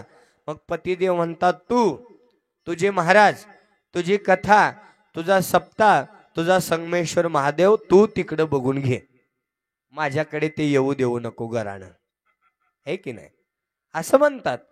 त्याच्यामुळे आपल्याला आपल्या पती पत्नीचा संसार धन्य करण्यासाठी इथं येणं गरजेचं आहे. मी प्रमाणाशिवाय एकही गोष्ट बोलणार नाही. पती पत्नीनं कशासाठी यावं? धन्यतयाचा संसार जेथे गजर नामाचा. ज्याचा संसार धन्य करायचा आहे त्याच्या संसारामध्ये नामस्मरण असावं, आणि ते नामस्मरण पतीच्या मनामध्ये रुजावं, पत्नीच्या मनामध्ये रुजावं, यासाठी इथं येणं गरजेचं आहे जोडीनं. हा नियम सांगितलेला आहे. 3रा नियम आहे, येत असताना कपाळावरती त्रिपुंड भस्म, ज्यांनी लावलं नाही त्यांनी लावून घ्या. चटचट विभूती ताटामध्ये आहे, आजीमाईच्या विभूती, है की नाही, लावून घ्या. उद्यापासून येताना न बोलता बरं का, उद्यापासून येताना जमलंच तर कपाळावर त्रिपुंड धारण भस्म, कुंकाचा टिळा, गळ्यात रुद्राक्षाची माळ, इष्टलिंग असावा. जमलंच तर बरं का, अट घालत नाही मी. पुढील नियम आहे, कथा श्रवण करत असताना शक्य असल्यास या त्रिवेणी संगमामध्ये स्नान करत असताना महाशिवरात्रीच्या पर्व काळावर या शिव महापुराण कथेची आरती, महादेवाची आरती प्रत्येकाच्या हातून व्हावी, यासाठी येत असताना सर्वांनी आरतीचं ताट आणावं. आरतीचं ताट स्टीलचं चालणार नाही, आरतीचं ताट हे तांबडच असावं बरं का, तांब्याचं. त्याच्यामध्ये पंथी एक असेल तरी चालेल, पण दिवे 2 लावायचे, 1 दिवा लावायचा नाही. 1 दिवा कधी लावतात प्रशांत आप्पा? माहित नाही? कधी लावतात? कुठे गेल्यावर? माणूस वाटायला लागल्यावर, आहे की नाही. माणूस जग सोडून गेला की नाही 1 दिवा लावतात. मग आता देवापुढे 1 दिवा लावताय, गुरु समोर 1 दिवा लावताय, जंगमांची पाद्य पूजा करताना 1 दिवा लावताय. मग तुम्हाला म्हणायचं आहे का गुरु मेले, देव मेला, जंगम मेले, असं म्हणायचं आहे का? नाही. देव, गुरु, जंगम हे कधीच मरत नसतात बरं का, लक्षपूर्वक आहे का. गुरु, लिंग, जंगम, देव हे कधीच मरत नसतात, हे फक्त गुप्त होत असतात. मन्मथ म्हणे वेडा खरा, गुप्त रूपी आला घरा. हे इष्टलिंगाच्या रूपानं तुमच्या सोबत सतत असतात, फक्त अदृश्य होत असतात. म्हणून आरती लावत असताना 1 पंथी असू द्या, पण त्याच्यामध्ये 2 वाती प्रज्वलित करायच्या. आरतीच्या ताटामध्ये गोमय भस्म, गेल्या वर्षी सांगितलं होतं, गोमय भस्म ज्यांना मिळालं नसेल, या वर्षी आपल्याकडे गोमय भस्म उपलब्ध आहे. 5व्या दिवशी आपण देणार आहोत प्रत्येकाला गायीच्या शेणापासून बनलेलं भस्म. तेच भस्म धारण करण्याचा विधी परमरहस्यामध्ये शिव महापुराण कथेमध्ये सांगितलेला आहे. नसेल तर आपला जो रेग्युलर आहे तो 4थ्या दिवसापर्यंत घेऊन या. भस्म सोबत बिल्वपत्र आणल्यानंतर इथं ग्रंथावर चढवायचे आणि त्याचा आशीर्वाद म्हणून तो बेल आपण खायचा बरं का. रोगापासून दूर होण्यासाठी, संकटातून मुक्त होण्यासाठी, संतती प्राप्तीसाठी, अनेक समस्येवरती हा बेल त्या ठिकाणी उपयोगी पडतो बरं का. म्हणून ताट्यामध्ये बेल, थोडीशी पांढरी आणि लाल फुलं, सोबत कापराची वडी, सोबत तांदूळ, सोबत नैवेद्य म्हणून थोडेसे मुरमुरे आणि साखर. इथं उद्यापासून एक पातेलं ठेवलं जाईल, त्याच्यामध्ये प्रसाद टाकायचा आणि कथा झाल्यानंतर सर्वांनी तो प्रसाद म्हणून घेऊन घराकडे जायचा. आरतीच्या ताटासोबत 1 लोटा जल. सभी समस्या का, सभी समस्या का. काय नाव काय दादा तुमचं? हा, सुदर्शन भैया. वा सुदर्शन भैया. 1 लोटा जल सभी समस्या का म्हणा ना. सभी समस्या का हल किंवा फल है की नाही, बरोबर आहे ना. 1 लोटा जल सभी समस्या का फल. होतं का हे वीर शिवलिंगायत धर्मामध्ये? होतं 1 लोटा जल सभी समस्या का फल होतं का महाराज? आम्हाला माहित असल्यावर आम्ही कशाला ऐकायला आलो असतो म्हणा. होय आपा, आम्हाला माहित करून द्यायचं आहे ना, है की नाही. 1 लोटा जल सभी समस्या का फल ये वीर शिवलिंगायत धर्म में नहीं हो सकता, क्योंकि जब तक आप अपने गले में जो इष्टलिंग है उस पर जलधार नहीं करते, उस पर तीर्थ नहीं चढ़ाते, तब तक इस मंदिर में चढ़ाई हुई शिवलिंग पर चढ़ाई हुई जलधार भोलेनाथ अपनाते नहीं. इसलिए प्रथम पूजा किसकी है? गले में जो इष्टलिंग है ना, उसकी प्रथम पूजा है. आता ज्यांच्या गळ्यात आहे त्यांचं खरं आहे, नाही त्यांचं काय, घ्या पटपट दीक्षा घ्या. कारण दीक्षेविना अंत्यविधी नाही. शेवटी सगळं काढून घेतलं जातं, पण इष्टलिंगाशिवाय अंत्यविधी पूर्ण होत नाही. शेवटी गळ्यात नसला तर चिखला मातीचा का होईना हातावर ठेवतात, पण इष्टलिंग हातावर देऊन विधी केल्याशिवाय अंत्यविधी नाही बरं का. हे लक्षपूर्वक आहे का. म्हणून गळ्यातल्या इष्टलिंगाची प्रथम पूजा, नंतर महादेवाच्या शिवलिंगावर चढवलेली जलधारा महादेव आपलीशी करतात. हा नियम आहे. 1 लोटा जल सोबत त्या ठिकाणी घेऊन या. सोबत आरतीच्या ताटाबरोबर 1 लोटा जल आणायचं. आणल्यानंतर काय करायचं? कथेला येत असताना जल वाहून कथेला येऊन बसायचं. आरती झाल्यानंतर जाताना आरती करून घरी जायचं. पुढील नियम आहे, कथेला येत असताना काय घेऊन यावं? बसण्यासाठी एक सुती आसन, दर्भासन सांगितलेलं आहे, पण दर्भासन मिळणार नाही. सुती आसन, चटईवर रिकामं खाली बसायचं नाही. आपापला एक सुती आसन आणून त्या आसनावरती बसायचं. हा नियम आहे, मी नाही सांगत, पहिला अध्याय. तदनंतर पुढील नियम आहे, ज्या जागेवर आज बसलात ती जागा 6 दिवस सोडायची नाही. आता अवघड झालं बाबा, पाठ दुखायली म्हणून आम्ही उद्या खांब्याला धक्का देणार होतो महाराज, आणि तुम्ही म्हणताय जागा बदलायची नाही. तुम्ही ठरवा. आज ज्या जागेवर बसलात त्याच जागेवर बसून 7 दिवस तुमचं पुण्य तुमच्या पदरामध्ये प्राप्त करून घ्यायचंय. थोडं इकडं तिकडं झालं तरी चालेल, पण जागा सोडायची नाही 7 दिवस. हा नियम आहे. पुढील नियम सांगितलेला आहे, शिवकथा ऐकत असताना कमीत कमी 7 दिवस काया वाचा मनाने ईश्वरा समान आई वडिलांची सेवा करावी. 8व्या दिवशी बाहेर काढलं तर चालते बरं का सुदर्शन भैया. फक्त 7 दिवस. पडले वळण इंद्रियासी. 7 दिवस लागलेलं वळण पुन्हा आपल्या इंद्रियाला लागेल, स्वभावाला लागेल. करून पहा, करून पहा, नक्कीच आपल्यामध्ये बदल होईल. कारण महादेवाच्या अगोदर ज्यांनी आपल्याला जग दाखवलं ते मायबाप या जगामध्ये श्रेष्ठ आहेत. या जगाच्या पाठीवर पहिला गुरु कोण? तर आपले आई वडील, ज्यांनी आपल्याला हे जग दाखवलं, इथं बसण्या योग्य केलं, या शिवकथा सांगण्या योग्य केलं, ऐकण्या योग्य केलं, ते मायबाप. त्यांची सेवा करा, तिथंच त्या ठिकाणी आपल्याला काशी रामेश्वराचं दर्शन होणार आहे. म्हणतात ना, कुठे शोधीशी तू रामेश्वर, कुठे शोधीशी तू काशी, हृदयातील देव राहिला हृदयातून उपवाशी. घरी मायबाप उपवाशी आणि इकडे पेड्यावर पेढे, नारळावर नारळ, दान धर्मावर दान धर्म, काही उपयोग नाही बाबा, सगळं व्यर्थ आहे, सगळं व्यर्थ आहे म्हणतात. म्हणून 7 दिवस कमीत कमी आई वडिलांची निस्वार्थ भावनेने सेवा करा. ज्यांनी लहानपणी आपली सेवा केली, म्हातारपणात तुमचं आद्य कर्तव्य आहे, तुम्ही मायबापाची सेवा करावी. हा नियम आहे. पहिला अध्याय सांगतोय. पुढील नियम आहे, या शिव महापुराण कथा श्रवण करत असताना कमीत कमी 7 दिवस आपल्या मुखातून कोणाची निंदा नाही झाली पाहिजे. 8व्या दिवसापासून केली तरी चालेल बरं का.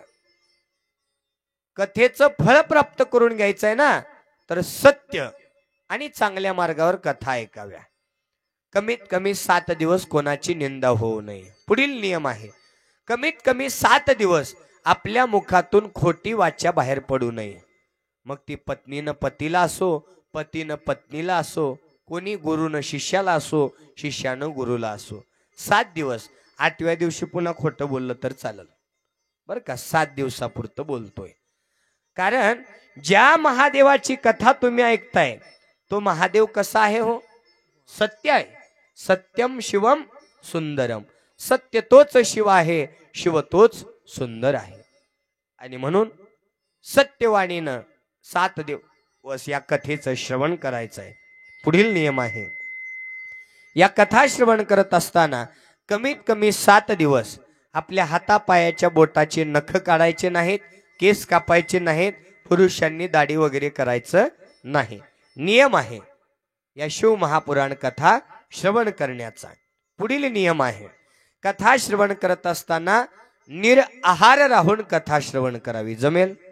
नाही महाराज, चक्कर येते बाबा, आम्हाला तेवढं जमणार नाही. बर, सोपं सांगितलं. दिवसभर गावरान गाईचं दूध पिऊ शकता, फळ आहार ग्रहण करू शकता, आणि कथा झाल्यानंतर 1 टाइम जेवण करून या कथेचं फळ प्राप्त करू शकता. जमलंच तर बरं का, अट नाही. लवकर फळ प्राप्त करून घ्यायचं असेल तर या नियमाचं आपण पालन करावं. पुढे सांगतात, कथा श्रवण करत असताना 7 दिवस कांदा, लसूण, मसालेदार पदार्थ, तामस प्रवृत्तीकडे घेऊन जाणारे पदार्थ, भाज्या खायच्या नाहीत. सात्विक आहार ग्रहण करावा असं पहिला अध्याय या ठिकाणी सांगता आहे.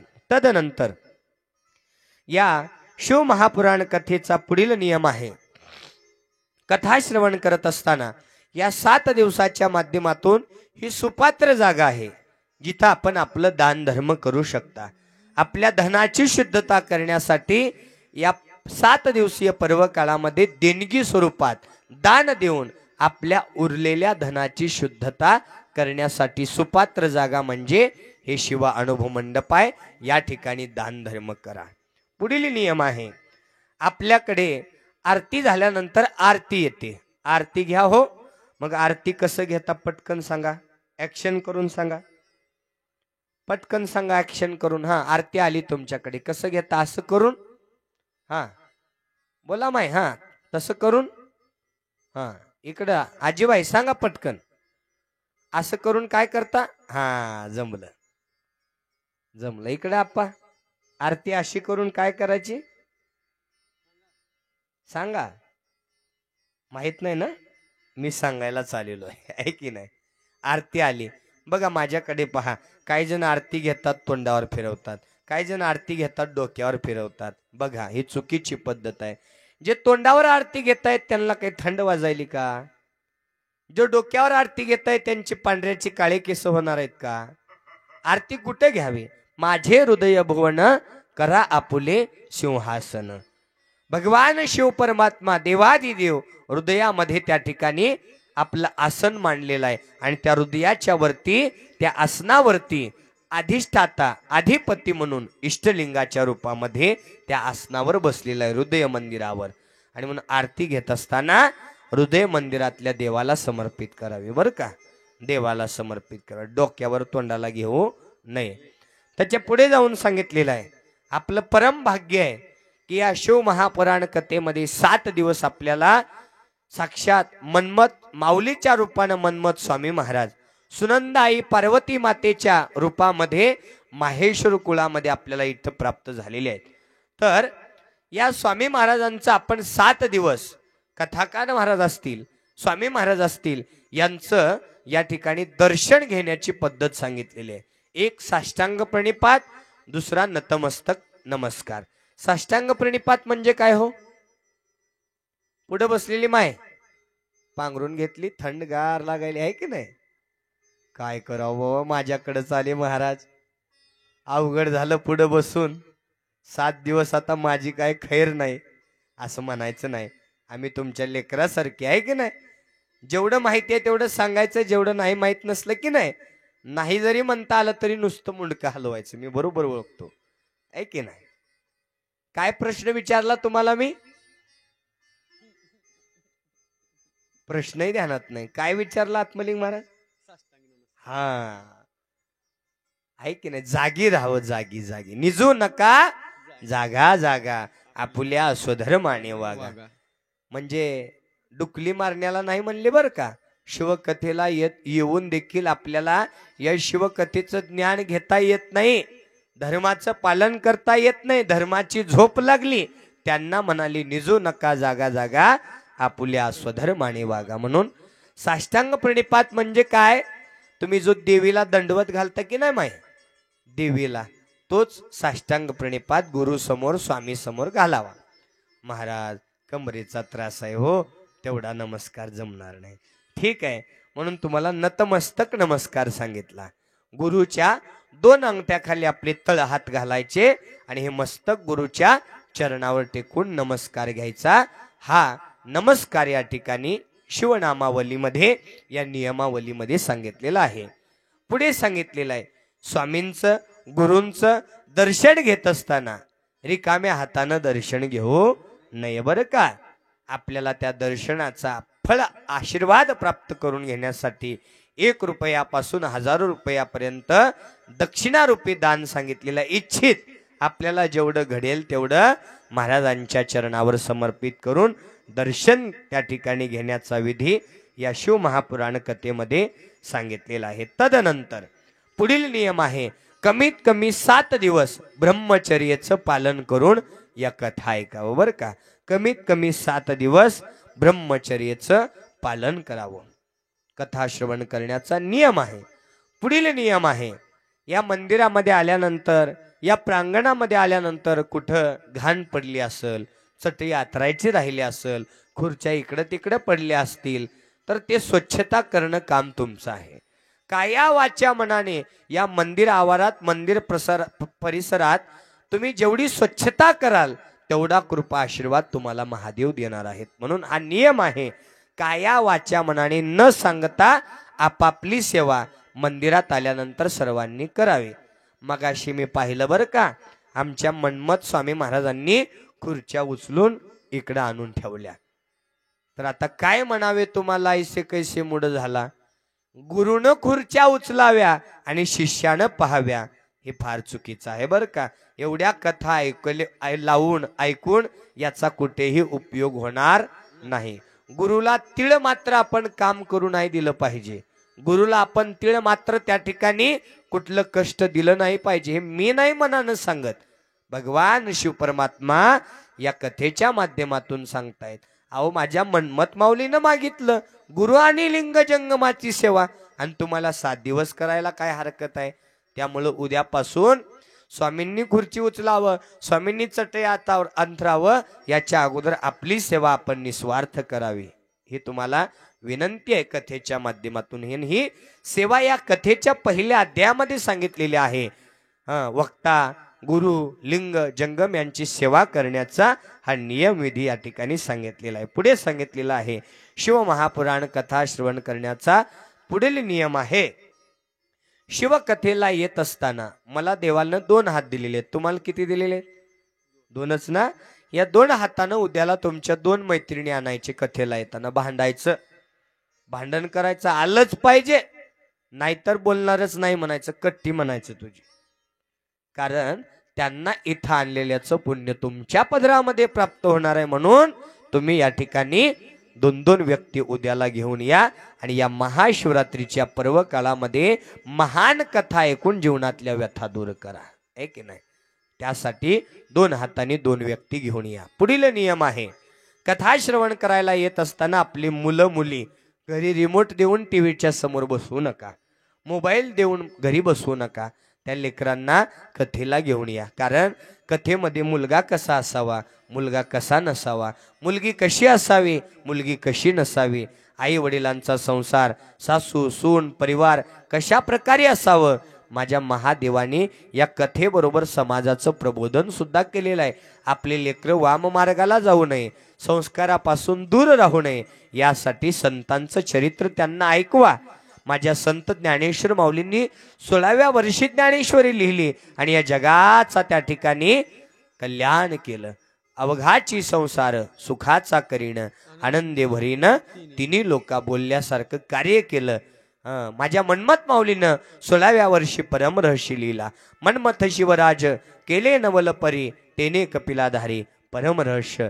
त्यांनी जर विचार केला असता सुदर्शन भैया की आपण म्हाताऱ्या वयामध्ये परमार्थ करावा, एवढ्या लवकर कशाला ज्ञानेश्वरी लिहायची, तर आपल्याला ज्ञानेश्वरीच्या माध्यमातून वारकरी संप्रदाय सुद्धा कळाला नसता, परमरहस्याच्या माध्यमातून शिवसंप्रदाय कळाला नसता. संतांचे उपकार आहेत आपल्यावर. तारुण्य अवस्थेमध्ये परमार्थ करावा. इथं किती तरुण दिसतायत, नाही दिसत. प्रत्येकांना वाटतं महाराज परमार्थ हा उतारत्या वयामध्ये करावा, म्हातारपणात करावा.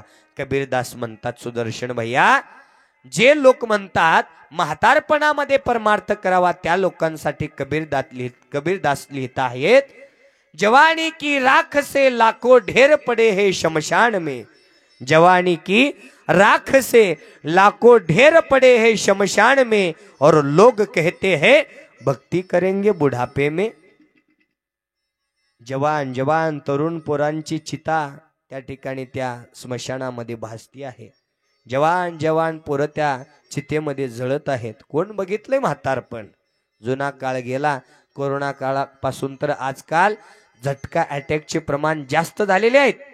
आणि म्हणून विनंती आहे, म्हातारपण कुणी बघितले नाही. नाही देहाचा भरवसा, कोण दिवस येईल कैसा.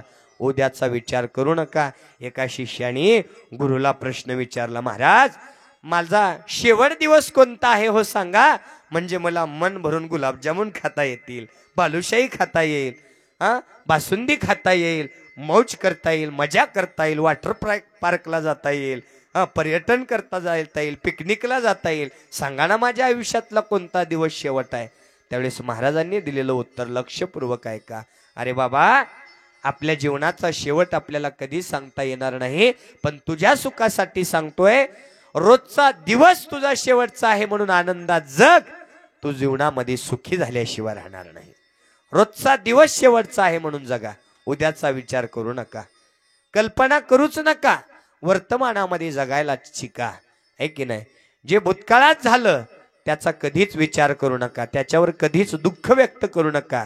वर्तमानामध्ये राहा, भविष्याचा कधीच विचार करू नका.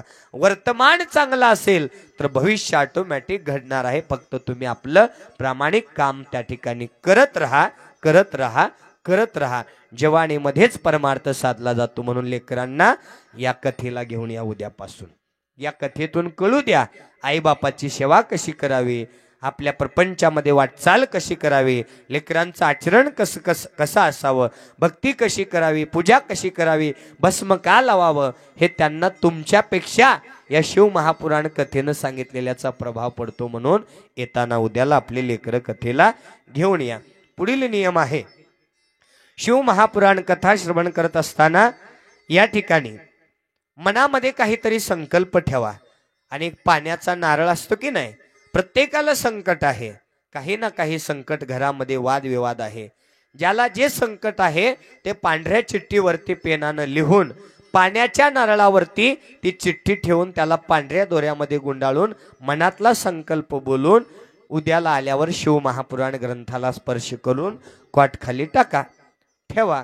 7व्या दिवशी या नारळाला कशा प्रकारे पूजा करून, कशा प्रकारे याचा विधी करायला आणि कशा प्रकारे संकटातून मुक्त व्हाल याचं त्या ठिकाणी तुम्हाला ज्ञान देऊन तशा पद्धतीने आपण त्या नारळाची विधी पूजा संपन्न करायची आहे. म्हणून उद्याला मनातला संकल्प बोलून ज्याच्या नावानं संकल्प करायचा आहे त्याचं नाव लिहून त्या ठिकाणी आपल्याला चिठ्ठीवरती खाली ठेवायचा आहे नारळ.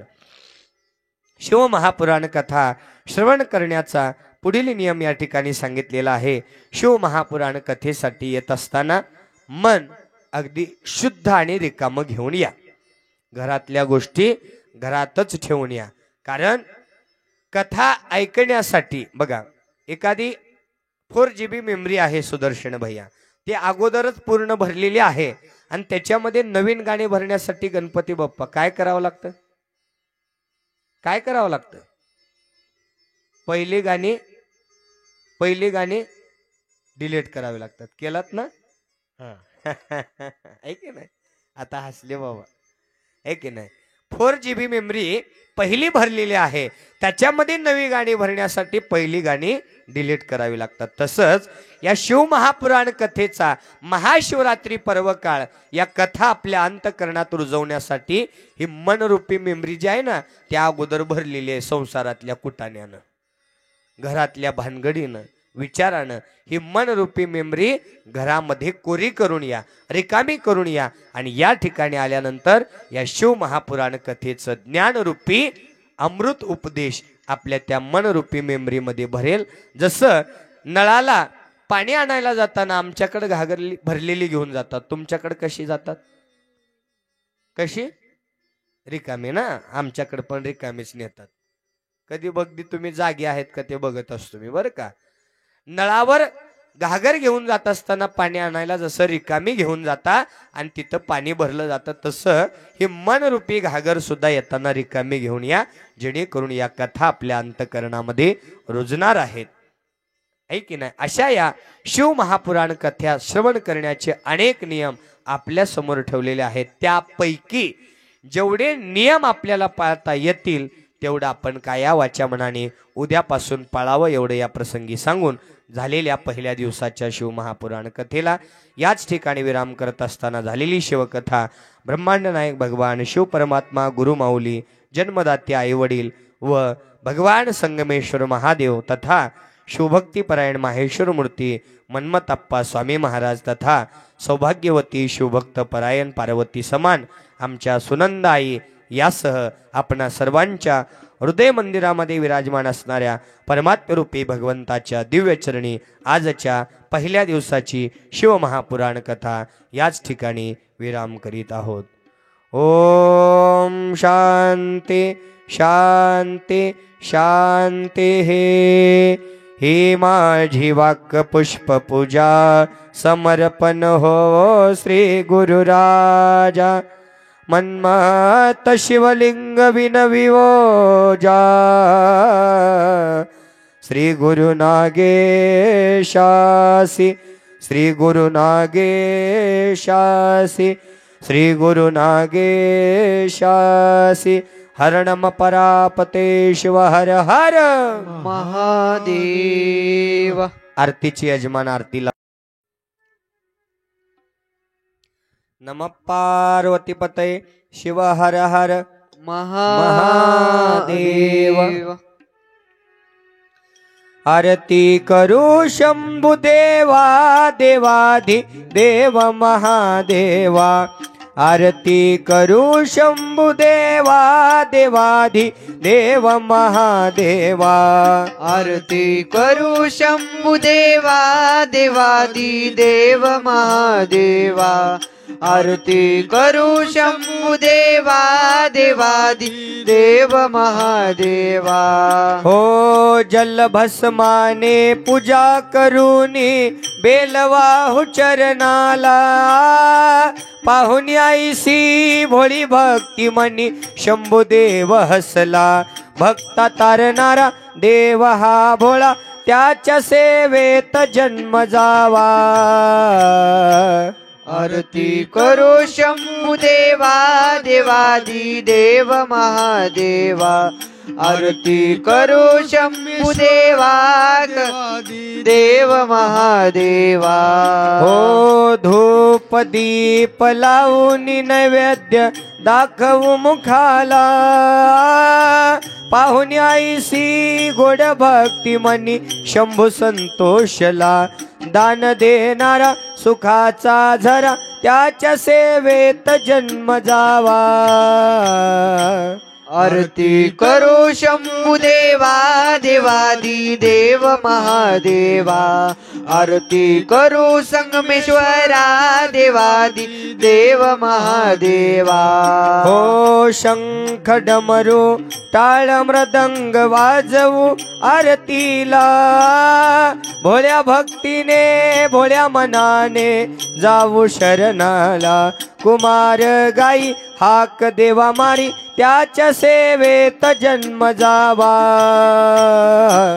आरती करो शंभुदेवा देवादी देव महादेवा आरती करो संगमेश्वरा देवादी देव महादेवा हो कर्पूर गौरम करुणावतारम संसार सारम भुजगेंद्रहारम सदा वसंतम हृदयारविंदे भवं भवानी सहितं नमामि गुणातीत कांतं परब्रह्म शांतं सुविद्यादिदेवं भवारण्यदाहम् उमानाथमीशं जराजन्मनाशं स्वयं ज्योतिर्लिंगं नमामिष्टलिंगं महादेव देवं महापापनाशं चिताभस्मलिंगं नमामिष्टलिंगं कर्पूर गौरम करुणावतारम संसार सारम भुजगेंद्रहारम हरः ओम यज्ञेन यज्ञमयजन्त देवाः स्थानि धर्माणि प्रतमानस्य नम तेहनाकं महिमान् सचन्ते यत्र पूर्वे साध्या सन्ति देवाः ओम गुरुदेवो महादेवो गुरुदेवो सदाशिवो गुरुदेवात् परं नास्ति तस्मै श्री गुरवे नमः इति भद्रपुष्पाञ्जलि समर्पयामि नमः पार्वतीपते शिव हर हर महादेव शिव महापुराण भगवान की जय। संगमेश्वर महादेव की जय।